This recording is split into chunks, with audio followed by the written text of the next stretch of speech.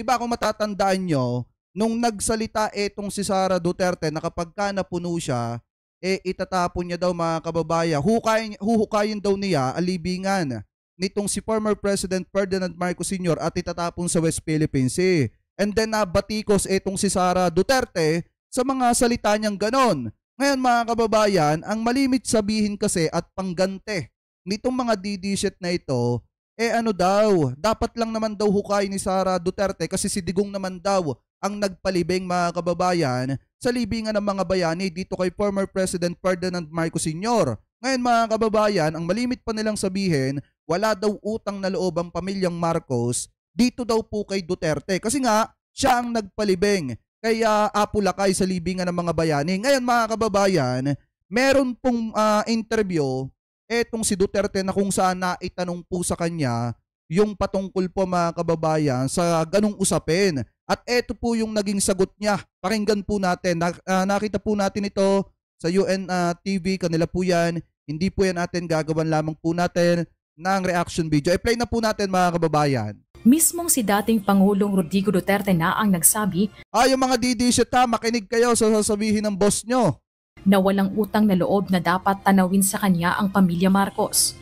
Kaugnay ng pagpapalibing sa mga labi ni former President Ferdinand Marcos Sr. sa libingan ng mga bayani. Ngayong nagkakalabuan na ang samahan ng dalawang pamilya. Nagiging usap-usapan sa social media ang kawalan umano ng utang na loob ng mga Marcos sa dating Pangulo.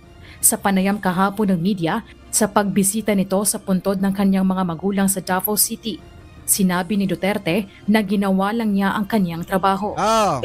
Wala akong utang na loob sa kanila. Wala silang utang na loob sa akin. Mali, mga kababayan, alam nyo kung bakit? Si Digong may utang na loob siya sa pamilyang Marcos. Pero ang pamilyang Marcos, mga kababayan, kung tutusin, walang utang na loob kay Duterte. Bakit mga kababayan? Dahil ang nagpalibing po kay Apo Lakay, hindi naman si Digong. Hindi naman siya nagpalibing kay Apo Lakay sa libingan ng mga bayani.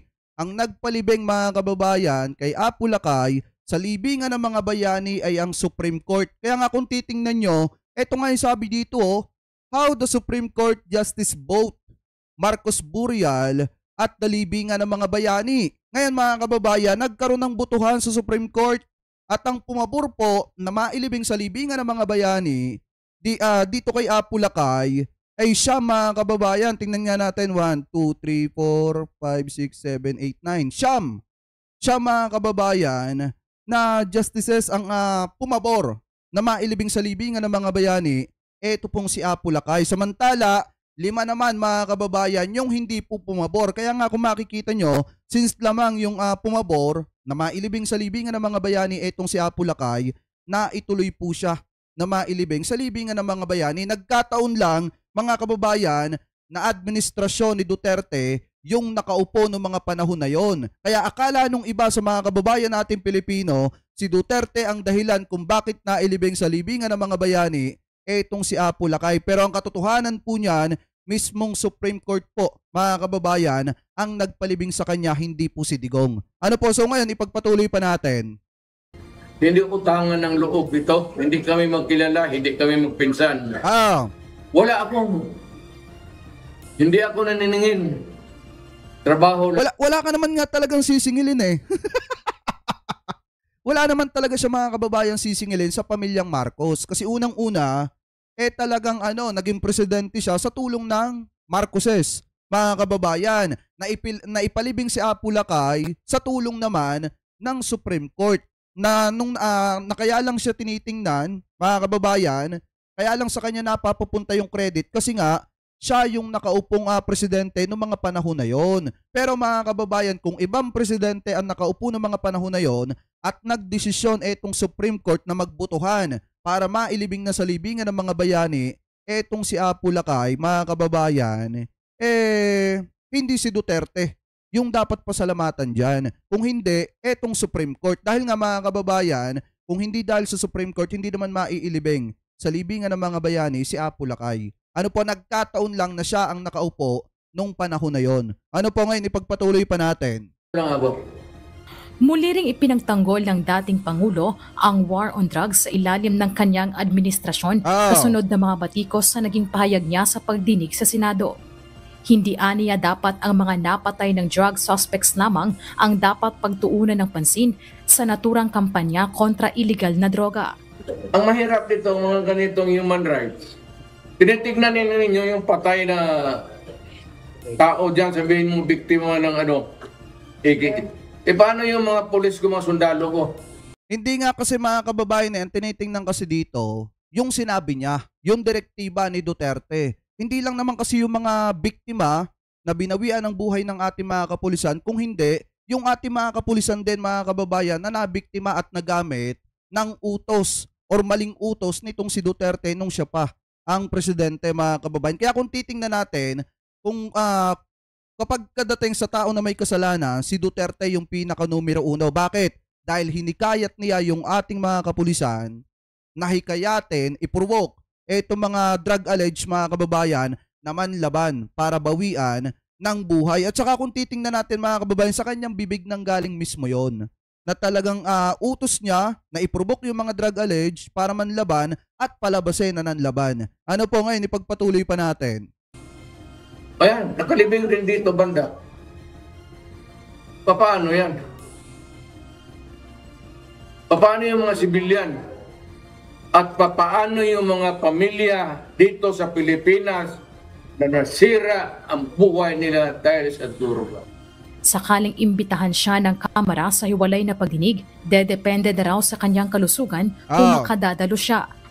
So walang kasiguraduhan mga kababayan na kapag ka inimbita ng Quadcom itong si Duterte, walang kasiguraduhan na atin pa po ito or hindi. Kasi nga mga kababayan, nakadepende na daw yon sa kanyang kalusugan. So malaki ang posibilidad na kapag kaiimbitahan sila ng Quadcom, ang idadahilan nila puro kalusugan na lamang nitong si Duterte. Ano po, ipagpatuloy pa natin. Pero sapat na umano ang mga nasabi niya sa pagdinig sa Senado para malinawan ng issue.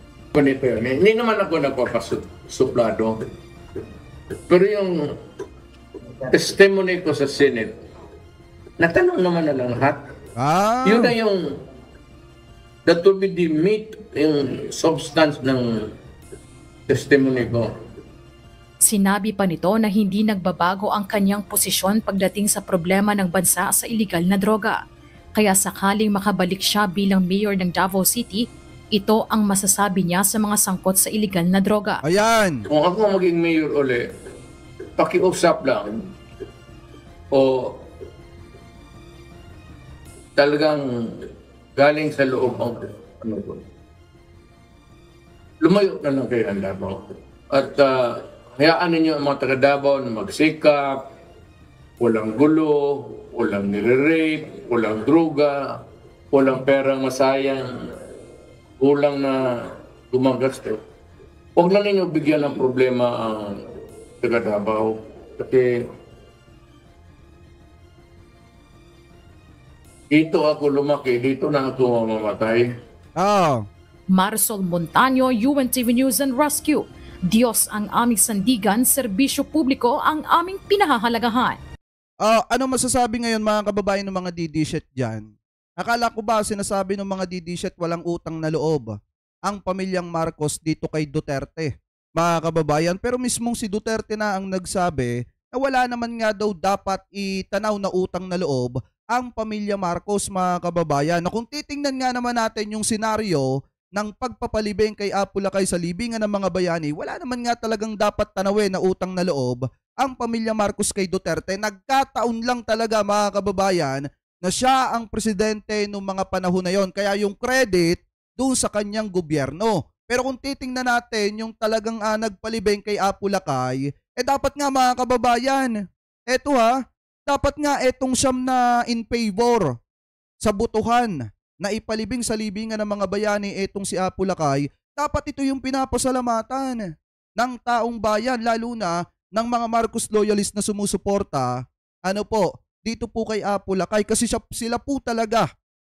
sa totoong buhay, sila po talaga mga kababayan yung naging dahilan kung bakit nailibing sa libingan ng mga bayani eto pong si Apo Lakay, hindi po si Duterte. Kaya yung mga DD-shit na nagsasabi na si Duterte ang dahilan, isang malaking kalokohan po yon. Dahil eto po mismo mga kababayan ang patunay. Yan yung naging proseso ng kanilang butuhan na kung saan siyam yung pumabor na mailibing sa libingan ng mga bayani, itong si Apo Lakay, at 5 naman mga kababayan yung hindi po pumabor. Kabilang na itong si Justice Carpio.